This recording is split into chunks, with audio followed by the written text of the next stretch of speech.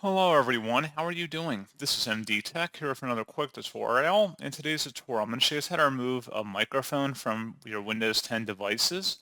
So this should hopefully be a pretty straightforward process, guys. And without further ado, let's go ahead and jump right into it. So all you have to do is open up the search menu, type in settings, best result, come back with settings, go ahead and open that up, select the devices tile, and then on the right side, you want to locate your microphone device you want to remove under audio and select remove device. And then once you've done that, you might be prompted one more time. It'll be removed. And then if you put it back into your system, it'll be detected as a new microphone, basically.